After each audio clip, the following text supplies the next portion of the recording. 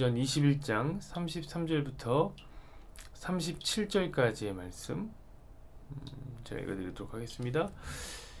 이에 천부장이 가까이 가서 바울을 잡아 두 쇠사슬로 결박하라 명하고 그가 누구이며 그가 무슨 일을 하였느냐 물으니 무리 가운데서 어떤 이는 이런 말로 어떤 이는 저런 말로 소리치거늘 천부장이 소동으로 말미암아 진상을 알 수 없어 그를 영내로 데려가라 명하니라. 바울이 층대위에 이를 때에 무리의 폭행으로 말미암아 군사들에게 들려가니 이는 백성의 무리가 그를 없이하고자 외치며 따라가미러라. 바울을 데리고 영내로 들어가려 할 그때에 바울이 천부장에게 이르되 내가 당신에게 말할 수 있느냐 이르되 네가 헬라 말을 아느냐. 아멘. 이 말씀을 중심으로 해서 넋두리인 줄 알았더니 라는 제목의 말씀을 함께 나누기를 소망합니다. 넋두리가 나오겠죠? 요즘에는 참 복음이라는 것이 무엇인지 알다가도 모르겠다 라는 생각이 듭니다. 우리 교회가요 하나님을 위한 신본주의 복음을 전해온 지가 벌써 이제 4년이 다 되어갑니다. 그동안 저는 인간의 열심을 축혀 세우고 인간의 자존감을 회복시키고 인간의 자리를 늘 마련하고자 하는 그런 인본주의 신앙과 싸워왔다고 자부합니다. 성도는 자기 영광 챙기기라는 모든 도전을 멈추어야 한다라고 늘 떠들어왔습니다. 우리는 하나님 앞에서는 먼지와 같다. 우리는 구원에 아무런 공로가 없다. 우리가 하나님 앞에서 할 수 있는 것은 우리가 얼마나 할 수 없는 죄인인가 라는 사실을 설득당하는 것뿐이다. 여러분이 늘 들어왔던 이야기일 것이라 생각이 듭니다. 이것이 바로 복음의 정수요 복음의 핵심입니다. 저는 태박교회에서는 늘 이 복음을 전해왔다고 자부합니다. 매 주일마다 외쳤고 새벽마다 외쳤습니다. 그리고 성경 공부를 할 때마다 외쳤습니다.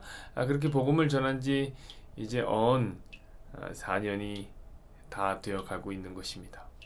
일단 1000일은 확실히 넘었습니다. 저는 그러면서 지난 4년의 시간을 돌아볼 시간이 필요했습니다. 과연 복음을 열심히 전한 결과가 무엇인가 되짚어 보았습니다. 그랬더니 이 복음이 과연 무엇인지 잘 모르겠더라고요. 우선 이 복음 전파의 첫 번째 반응은 무엇이었냐면 기존에 있던 이제 교회들에서 이단 비슷한 취급을 받았다는 것입니다.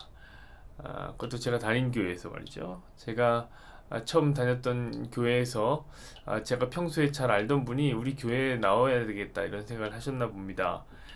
그래서 이제 태박교회로 가야 되겠다. 그러던 중에 이제 교회를 허락을 받고 가는 것이 아름답지 않겠습니까? 태박교회로 가기를 원합니다. 그래서 이제 우리 교회 설교를 담당 전도사님에게 이제 들어보고 좀 평가를 해달라고 했대요. 그랬더니 이제 그 전도사님이 뭐라고 하시냐? 특별히 이단은 아닌데 굉장히 위험한 사상을 전하고 있다 라고 했더랍니다. 그래서 이거 못 오시겠더라고 그렇게 말씀하시더라고요. 위험한 사상이라. 제가 김일성인가요? 제가 칼막스라도 뭐가 위험한가? 제가 뭔 위험한 걸 전하고 있지요? 저는 그때 이제 처음으로 제가 이제 꼰대구나라는 사실을 제대로 느꼈습니다. 왜냐면 그 찰나의 순간 머릿속에서 무슨 생각이 드냐면 감히 전도사 나부랭이가 아이고 이제 그런 생각을 했습니다. 바로 회개했습니다. 근데 그 후로는 이제 꼬리표처럼 따라다닌 것 같아요. 이단 비스무리한 교회 이런. 근데 이런 평가가 이제 암암리에 떠들고 있는 것에는 성경 공부도 저는 한몫을 했다고 생각합니다. 자 여러분, 우리 교회가 하고자 하는 것이 무엇입니까? 그것은 본질에 충실하자는 거예요. 교회에서 이상한 마케팅이라든지 프로그램에 자꾸 집착하지 말자. 우리 모이면 예배드리고 흩어지면 성경 공부하자. 이거였습니다. 그 본질이지 않아요. 그래서 성경 공부도 정말 많이 했습니다. 이것저것 찾아다니면서 성경 공부 참 많이 했습니다. 교대, 수원, 방이동, 신도림, 목동, 상도, 마포, 충무로 김포까지 말씀을 알고 싶고 말씀을 듣고 싶은 성도가 있다면 그곳이 어디든지 마다하지 않고 찾아갔습니다. 그렇게 하다 보니까 가만 보니 교회 개척 4년 차 제가 차량을 10만 킬로를 운행했다는 것을 봤습니다. 그것이 제 사역의 영광이라고 저는 생각하고 믿었습니다. 근데 그 성경 공부가 사람들의 입방아에 오르내리면서 이상한 말들이 떠돌았다는 거죠. 성경 공부하는 이상한 교회. 성경 공부를 하는 게 왜 이상하죠? 하지만 그런 이상한 교회가 꼬리표가 돼서 붙은 겁니다. 꼭 교회 한 번도 오지도 않은 사람들이, 성경 공부 한 번도 안 들어본 사람들이 그런 얘기를 합니다. 교회는 한 번 나오고 그런 얘기를 하면 모르겠어요. 근데 교회도 안 온 분도 있고 그런 얘기를 하더라. 참 속상합니다. 이것이 이제 개척 4년차 목사가 맞이한 현실이라 생각합니다. 저는 참 속상합니다. 열심히 복음을 전한다고 전했는데 참 사람들이 알아주지 않는구나. 조금 슬펐습니다. 그러나 조금 슬펐습니다. 왜냐면 이런 것은 빙산의 일각에 이런 슬픔은 참을만해요. 왜냐면 여러분 신본주의 복음을 전할 때에 그런 핍박이 찾아올 거라는 사실을 저는 이미 알고 있었기 때문입니다. 복음은 분명히 싫어하는 사람들이 있다고 말합니다. 다 좋아하는 복음은 없습니다. 그런 복음은 없습니다. 복음을 전할 때 싫어하는 사람들이 있는 건 분명합니다. 성경이 늘 우리에게 반복하여서 주지시켜 주신 바가 그것입니다. 복음과 함께 고난을 받아야 한다. 그리고 제 설교에 대해서 비판을 하고 평가하고 비난한다고 해서 저는 뭐 슬프지 않고 괜찮습니다. 저는 얼마든지 싸울 마음이 있습니다. 그런데 이제 목회를 하면서 정말 힘든 것은 무엇이냐? 오늘 거의 넋두리 수준입니다. 그건 뭐냐면 함께 이제 신앙생활하는 성도들 때문에 힘든 거예요. 자, 함께 신앙생활하는 성도들이 누굴까요? 그렇습니다. 바로 여러분의 이야기입니다. 잘 들으시란 말이에요. 오늘 표적 설교예요. 표적 설교. 여러분, 제가 지난번에 말씀드린 적이 있죠. 목사를 고문하는 가장 효과적인 방법이 뭔지 아세요, 여러분? 그거 안 듣는 거예요. 별로 중요한 이야기가 아니야 라는 자세로 말씀을 받으면 돼요. 눈도 안 마주치고 무슨 다른 생각을 하고 있는 것이 아닐까라는 느낌을 마구 제공하면서 지루한 듯이 이렇게 하품 몇 번을 쭉 하면서 말씀을 듣잖아요. 그럼 목회자는 고문을 받는 듯한 느낌을 받습니다. 자, 4년이 되어가는 이때에 저는 성도들에게 고문을 받고 있습니다. 이제는 핏줄을 세우며 아무리 예수 이야기를 떠들어대도 그냥 몸이 건조한 이야기가 됐습니다. 여러분 제가 얼마나 열심히 준비하는지 모르시죠? 제가 가진 지혜가 너무나 비천하여서 보통 준비를 안 됩니다. 정말 열심히 준비해야 됩니다.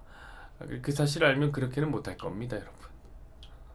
밖에서는 이단 소리를 들어가며 그래도 여러분들에게는 진짜 좋은 것 주고 싶어서 준비를 했는데 그 복음이 여러분들에게는 전혀 감동을 못 주는 거예요. 그게 아주 죽을 맛이란 말이에요. 그게 아주 죽을 맛입니다. 근데 그뿐이 아니죠, 여러분. 성경 공부도 별 관심이 없어요. 해주겠다고 쫓아다니면서 야 해줄게 힘드니 그러면은 온라인으로 해줄게 그렇게 쫓아다녀도 그냥 가만히 있어요. 가만히 목사님 가만히 계세요. 제가 일 안 하는 교회를 만들겠다고 했더니 여러분들이 이제 저보고 쉬라고 하는 거죠. 쉬십시오. 성경 공부 아무리 준비해도 안 들어요. 이거 하지 말라는 건가 싶기도 합니다. 책을 뭐 4-5권씩 보면서 비교하고 준비하고 몇 시간씩 준비하고 잘 모르게 머리털 막 뽑아가면서 잠을 못 자가면서까지 준비해도 뭐합니까? 안 듣는데요. 안 들어요. 여러분 혹시 아시는지 모르겠지만 그걸 좋아하는 사람도 있습니다. 제 후배는 난립니다. 여러분 이놈은 개통철학하는 놈이라서 빈말을 안 하는 놈입니다. 이놈 뭐라고 하냐면 형님네 교회 성도들은 진짜 행복하겠습니다. 이런 양질의 말씀을 듣고 이런 양질의 성경 공부를 듣다 정말 감사할 것 같습니다. 이렇게 자랑이 맞습니다. 그런데 속도 모르고 이런 말을 해요. 이 녀석은 우리 교회 UBS랑 설교 다 챙겨 듣는 녀석이거든요. 그래서 그런 말을 하는 거죠. 그럼 제가 뭐라고 하는지 알아요? 그 친구한테 야 이놈아 우리 성도들은 행복하지 않다. 왜냐? 듣질 않는다. 조회수를 봐라. 그런 이야기를 합니다. 성경 공부요? 라이브 때도 진짜 몇 사람 없습니다. 하지만 조회수도 거의 나오지 않아요. 듣지 않는다는 거죠. 듣지 않는다는 거죠. 가만히 보니 우리 성도들이 다 알아서 그런 걸까요? 다 알기 때문에 너무 우리 성도들이 아는 게 많아요. 공부한 게 많아갖고. 그래서 안 듣는 거겠죠? 이렇게 정신 승리를 안 하면 너무 힘들어요. 안세진이 뭐하러 그렇게 성경 공부는 준비했노? 이렇게 안 됐는데 좌절과 낙담이 성경 공부의 유일한 친구예요.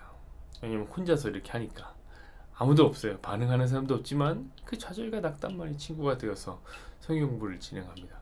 그것이 바로 개척 4년 동안에 복음을 전한 안 목사가 느끼는 슬픔이요, 그 슬픔의 넋두리입니다. 그래서 저는 오늘 본문을 보면서 사도 바울의 마음이 너무 이해가 되는 거예요. 우리가 살펴본 바 사도 바울은 어떤 사람입니까? 이 사람 복음밖에 모르는 사람이에요. 복음에 미친 사람이에요. 그래서 복음만 전하고 다녔습니다. 그런데 내외적으로 공격을 받아요. 이방인들은 무슨 공격을 합니까? 믿지 못할 유대의 풍속을 전한다고 바울을 핍박했습니다. 자, 그럼 유대인들은 사랑을 해야죠. 근데 유대인들에게는 늘 죽음의 위협을 받았습니다. 왜? 예수라는 이단을 전한다. 예수 이단 괴수를 전한다. 자, 그럼 적어도 그 예수님을 진짜 사랑하고 그 예수님이 우리 인생의 모든 것이라고 고백하는 교회에서는 위로와 사랑을 받아야 되는 것 아닙니까? 근데 오늘 본문을 봤더니 교회는 더해요. 자, 천신만고 끝에 바울은 예루살렘으로 돌아옵니다. 다른 교회들의 지원금을 챙겨서 예루살렘 교회에 전해주기 위해서 먹을 것 못 먹고 잠잘 것 못 자가면서 예루살렘 교회로 왔습니다. 우리가 그 이야기를 새벽마다 배웠습니다. 가난하고 배고픈 예루살렘 교회를 생각하며 이 노사도 바울은 힘찬 걸음을 내딛었습니다. 그동안에 숱한 비난을 받았고 그동안에 숱한 핍박을 받았습니다. 그 고난을 통과하여 고향과 같은 예루살렘 교회에 드디어 도착한 것입니다. 어머니와 같은 마음으로 받아줄 줄 알았던 예루살렘 교회, 그 교회를 향해서 바울은 전도 보고를 합니다. 그간에 이런 일이 있었습니다. 이렇게 19절 우리 읽지 않았지만 보겠습니다. 이렇게 써 있습니다. 바울이 무난하고 하나님이 자기의 사역으로 말미암아 이방 가운데서 하신 일을 낱낱이 말하니 얼마나 흥분된 채로 이런 일들이 있었습니다 하고 이방에서 있었던 일들을 전한 거죠. 그런데 이 예루살렘 교회가 오늘 바울에게 뭐라고 말하는 줄 아십니까? 20절 21절을 보시죠. 그들이 듣고 하나님께 영광을 돌리고 바울더러 이르되 형제여 그대도 보는 바에 유대인들 중 믿는 자 수만 명이 있으니 다 율법의 열정을 가진 자라.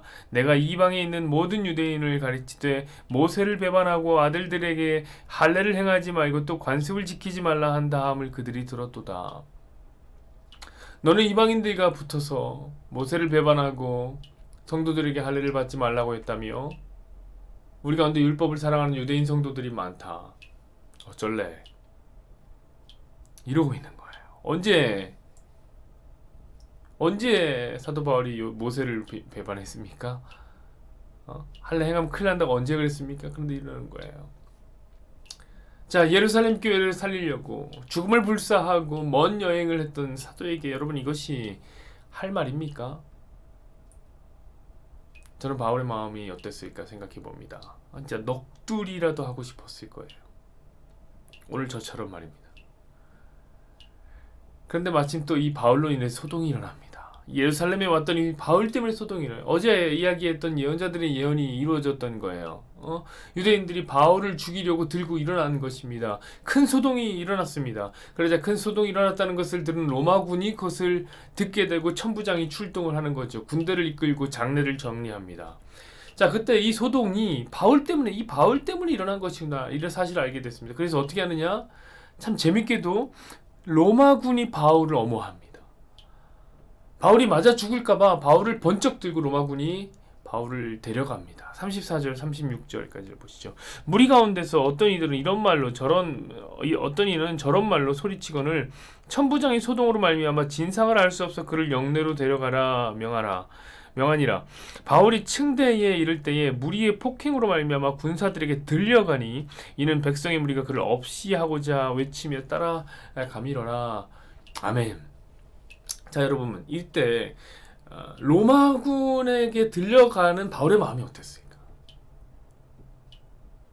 오히려 로마군에게 보호를 받고 있고 유대인들과 교회의 보호를 받지 못하는 그 마음이 참 씁쓸하고 저 같으면은 눈물이 났을 것 같아요. 이거 뭔가? 도대체 복음이 무엇인가? 어떻게 가치 믿는 자들이 나를 더 눈물 나게 하는가? 가슴이 아팠을 것 같아요. 근데 바울이 로마 군대에 끌려가면서 그 급박한 상황 중에 천부장이 말을 겁니다. 뭐라고 말을 거냐면 37절을 한번 볼까요? 이렇게 얘기해요. 바울을 들고 영내로 들어가려 할 그때에 바울이 천부장에게 이르되 내가 당신에게 말할 수 있느냐? 이르되 네가 헬라 말을 아느냐? 이렇게 얘기하는 거예요. 당신에게 내가 할 말이 있습니다. 내가 말할 시간을 좀 주시겠습니까? 참 예의도 바릅니다. 천부장이 헬라어를 하는 이 바울을 보면 깜짝 놀라서 네가 헬라 말을 할 줄 아느냐? 이렇게 물어보았던 거예요. 그러니까 얼마나 이 바울이 초췌하게 남루한 복장을 하고 있었는지. 여러분 도대체 무슨 말이 하고 싶었을까요? 이 상황 가운데 이 군사들에게 들려가는 이 상황 가운데 여러분 바울은 무슨 말이 하고 싶었을까요? 그동안에 힘들었던 이야기들 돌아와서는 더 힘든 이야기 할 말이 참 많습니다. 그러니까 무슨 말을 하고 싶은지 제가 사역한 4년보다 훨씬 더 오랜 시간 여행을 했고 전도 여행을 했고 전도를 했고 복음을 전했으니 할 말이 얼마나 많았을까요? 그간의 이야기들 다 쏟아놓으면 아마 그 이야기를 듣는 절반은 화가 나고 절반은 눈물을 쏟을 넋두리가 있었을 것이다 생각이 듭니다. 바울은 발언권을 얻었습니다. 그리고 이야기를 시작합니다. 그것이 무엇이냐면 이제 22절부터의 이야기가 22장의 이야기가 되는 겁니다. 여러분 22장부터 무슨 얘기 나오는지 아세요? 또 예수 복음이에요. 내가 다메섹에서 만난 예수. 그 하나님이신 예수님이 나를 찾아오셨다. 그 예수의 이야기를 유대인들과 로마 군대 앞에서 또 전합니다. 애써 발언권을 얻어 하고 싶었던 말이 또 예수라니. 이쯤 되면 넋두리인 줄 알았는데 또 복음이었습니다. 여러분 저는 바울에게 혀를 내두르게 됩니다. 뭐 이런 사람이 다 있냐. 여러분 하지만 이런 사역자가 있어줘서 참 감사합니다. 저는 바울을 보고 저를 돌아보고 저를 반성하고 회개합니다. 개척 4년차 하고 싶었던 말 많은 것이 사실이지요. 그 중에 태반은 아마 넋두리일 것입니다. 힘들었던 일, 지치는 일, 정말 하고 싶은 말이 많습니다. 그러나 여러분 사역자가 할 말은 넋두리가 아닙니다. 아니 여기서 사역자라고 국한하지 맙시다. 우리 배웠잖아요. 성도와 평신도, 뭐 성직자 이런 거 없습니다. 오늘 본문의 말씀은 우리가 성도로서 배워야 하는 말씀입니다. 성도가 해야 할 말은 넋두리 아닙니다. 마지막까지 발언권을 얻어서라도 잠시라도 발언권을 얻는다면 우리는 무엇을 얘기해야 되느냐? 나 같은 죄인을 구원하신 예수 이야기가 나와야 하는 성도란 말입니다. 저와 여러분이 밤이나 낮이나 우리의 소망이 되시며 상황이 어떠하든지 참 슬픈 일 당하고 밖에 나가도 치이고 안으로 들어와도 치이고 비난과 조롱을 받는 상황 속에서라도 해야 될 말 변명도 아니요 넋두리도 아니요 예수 이야기인 줄로 믿습니다. 여호와는 내게 복을 주시고 너를 지키시기를 원하며 여호와는 그의 얼굴을 내게 비추사 은혜 베푸시기를 원하며 여호와는 그 얼굴을 내게로 향하여 드사 평강 주시기를 원하노라. 아멘. 하나님, 복음이라는 게 참 뭔지 모르겠습니다. 전할수록 욕먹고 전할수록 가슴이 아픈 게 복음입니까? 밖에서는 괜찮습니다. 사람들이 뭐라고 하든지 그건 상관없습니다. 복음을 다 좋아할 것이 아니라는 사실을 우리는 배워 알고 있습니다. 신본주의적 복음을 전하고 하나님이 하신다는 복음을 전하면 인간적 노력을 하는 사람들은 들고 일어날 수밖에 없죠. 그것이 복음이냐? 뭔가 좀 이상하다, 이상한 사상이다 말할 수 있습니다. 얼마든지 받아들일 수 있는 얘기입니다. 그리고 얼마든지 싸울 용기가 있습니다. 근데 내적으로 받는 고난은 정말 힘든 거죠.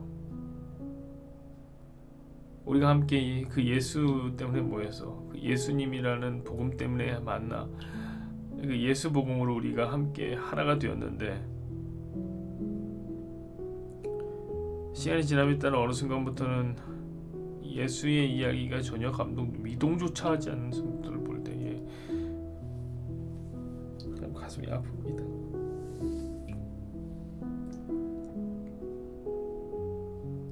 이 아이가 그토록이나 지루한 이야기였나 생각하면 눈물이 앞을 가립니다. 하나님, 어쩌면 사도 바울이 그러지 않았을까? 밖에서는 복음 때문에 핍박을 당하고 안에 들어와서는 그나마 좀 대우받을 줄 알았더니 지원금을 들고 왔던 예루살렘 교회에서 그가 들은 얘기는 또 요즘에 율법 안 지킨다며, 또 율법 지키지 말라고 한다며, 너 왜 그러고 돌아다니냐, 사람들 오해하지 않게 똑바로 처신해라 라는 이야기였습니다.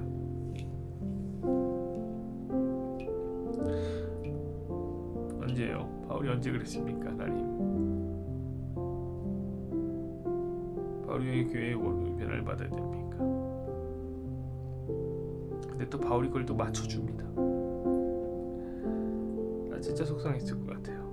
이게 뭔가 도대체, 이게 뭔가. 함께 예수 이름에 똘똘 뭉쳐야 되는 그 교회가,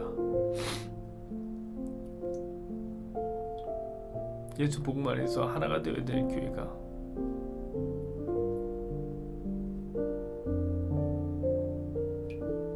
더 예수의 이야기에 관심이 없고 율법의 이야기에 또 빠져 있으니 참 이게 뭐 하는 것인지 바로 혼란했을 겁니다. 하나님,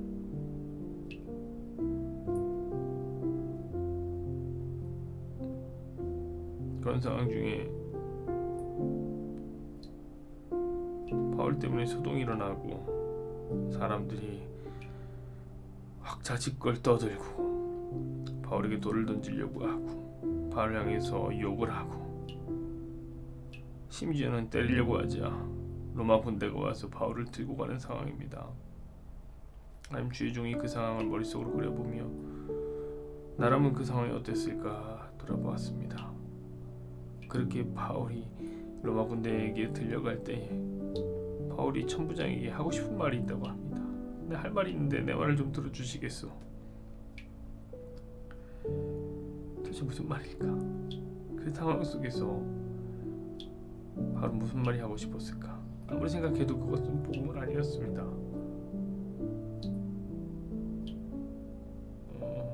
진짜 넋두리가 하고 싶지 않았을까요? 이거 뭐예요? 내가 이러려고 여기 왔나?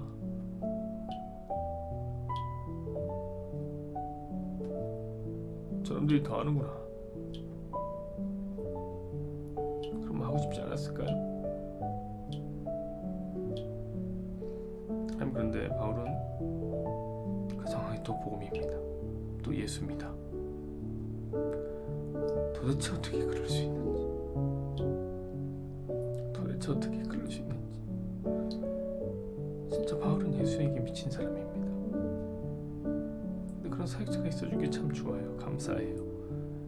주중에 돌아보건대 그런 사역자가 있어줘서 회개하고 돌이킬 수 있습니다.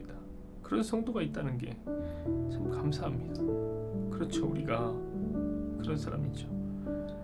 어떤 순간이든 어떤 고난을 당하든 어떤 자리에 놓여 있든 밤이나 낮이나 밤 같은 슬픔의 때나 낮 같은 기쁨의 때나 우리에게 잠시라도 발언권이 있어서 우리가 누군가 앞에서 이야기를 해야 될 때에 툭 치면 나와야 되는 이름이 무엇입니까?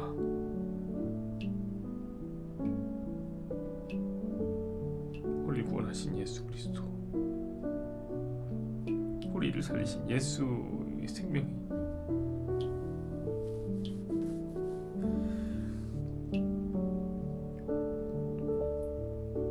내가 할 말의 모든 것이 아니겠습니까? 하나님,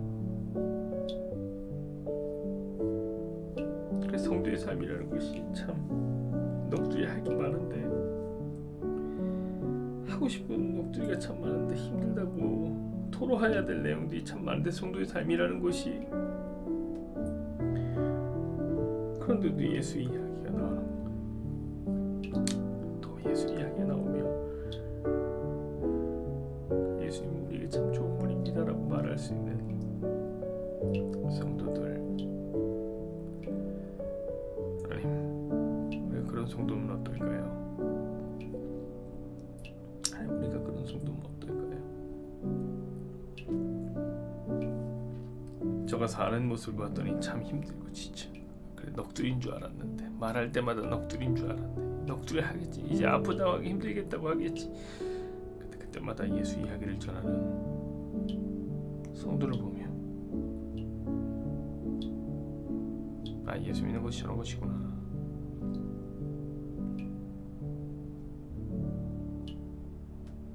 주께서 은혜를 베풀어 주시기를 소망합니다.